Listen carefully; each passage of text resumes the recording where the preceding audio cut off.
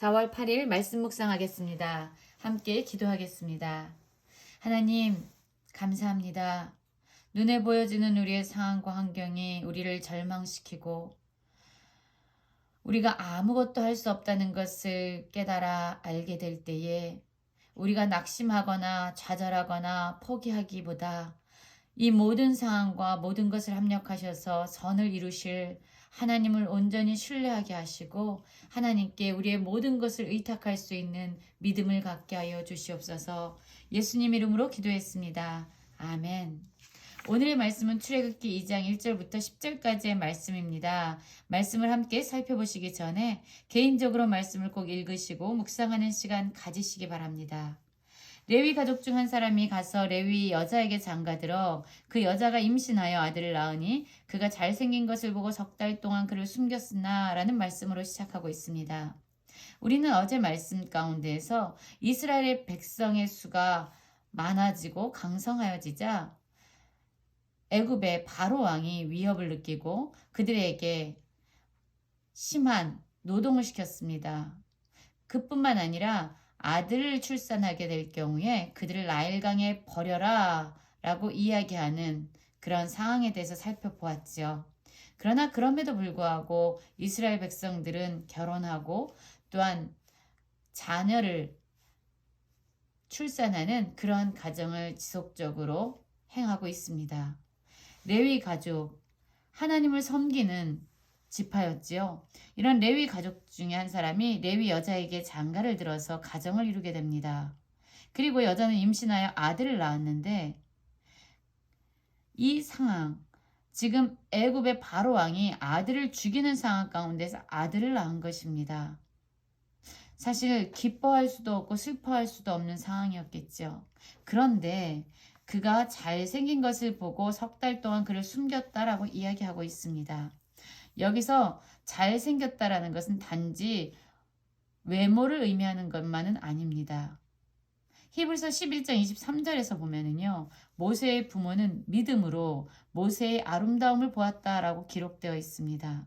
즉, 이 모세의 부모는요, 믿음의 눈으로 이 모세가 하나님의 뜻을 온전히 성취하고 이룰 사람이라는 것을, 자녀라는 것을 보았다라는 것입니다. 그래서 그 아기를 죽이지 못하고 6달 동안 그를 숨겨 키우게 됩니다. 그러나 아기들이 자라면서 그들의 울음소리가 우렁차지죠. 6달 동안 남자아이를 죽이지 않고 숨겨서 양육했지만 이제 인간의 힘으로는 그들의 방법으로는 더 이상 숨길 수 없게 되었다라고 나옵니다. 이 상황을 보면 참으로 절망스럽습니다.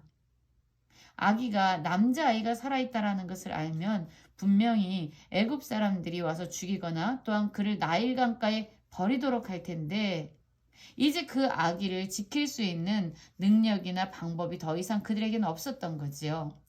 그래서 이 부모님들이 생각해낸 것은 이 아기를 위해서 갈대 상자를 가져다가 역청과 나무전을 칠하고 아기를 거기 담아서 나일 강가 갈대 사이에 두었다라고 얘기합니다.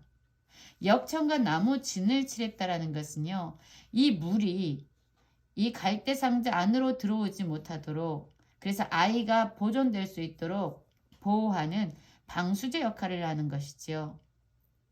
그런데 때마침 그때 바로의 딸이 목욕하러 나일 강으로 내려오게 됩니다.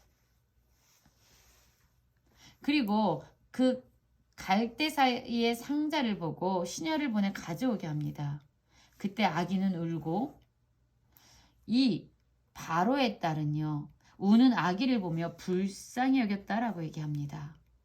그러면서 이는 히브리 사람의 아기로다라고 이야기하고 있습니다. 여러분, 지금 이 바로의 딸은요, 어떤 상황이 돌아가고 있는지 다 알고 있었어요.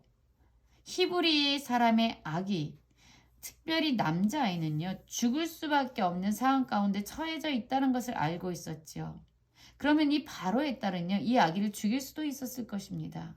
그런데 이 바로의 딸의 마음 가운데 히브리 사람의 아기일지라도 그가 우는 것을 보고 불쌍히 여기는 마음이 그에게 생겼습니다.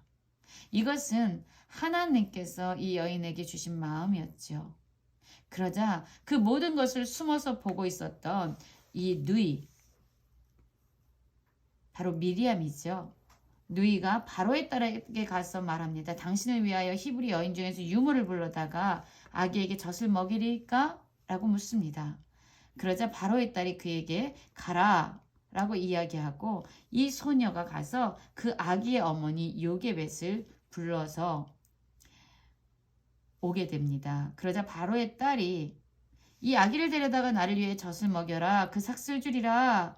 그렇게 이야기합니다. 그래서 이 모세 갈대 상자에 담겨져서 이 나일 강가에 떠밀려졌던 이 아기 모세는 다시금 요게벳 어머니의 품으로 와서 양육되어지게 됩니다. 그리고 시간이 지나서 아기는 자랐고요. 다시금 바로의 딸에게 데려가게 되죠. 그리고 그 바로의 딸은요, 그의 이름을 모세라고 짓습니다. 왜냐하면 내가 그를 물에서 건져내었다라는 의미이기 때문이죠. 여러분, 우리의 인생에도 우리의 힘으로는 이제 도무지 아무것도 할 수 없다. 난 능력이 안 된다. 나는 지혜가 없다. 나는 아무것도 할 수 없다라는 절망의 순간이 올 때가 있습니다. 마치 이 아므람과 요게벳이 더 이상 모세를 숨겨 키울 수 없게 되는 상황을 만나는 것처럼 말이죠. 그럴 때 우리 역시 이 모세의 부모처럼 온전히 그 모든 상황과 모든 일에 대해서 포기하는 것이 아니라 하나님께 의탁할 수 있는 믿음을 가져야 합니다. 이들이 갈대 상자를 만들어서 거기에 아기를 보낸 것은요, 아기의 생명을 포기한 것이 아닙니다. 그것은 모든 상황을 주관하시고 모든 것을 다스리시는 하나님의 전능하신 손에 그 아기를 올려드린 믿음의 행위였습니다. 그리고 이 믿음을 보시고 하나님께서는 모든 상황을 협력하시고 또한 필요한 사람들을 붙이셔서 모세를 통해서 이루고자 하시는 하나님의 뜻을 이루어내십니다. 우리 역시 우리의 모든 환경과 상황과 우리의 문제를 하나님께 온전히 올려드리기 원합니다.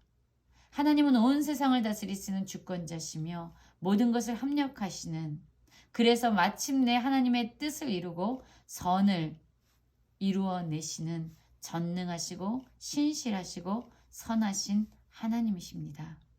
하나님을 믿고 우리의 모든 것을 올려드릴 수 있는 온전한 믿음을 갖는 모든 성도님들 되시기를 간절히 기도합니다.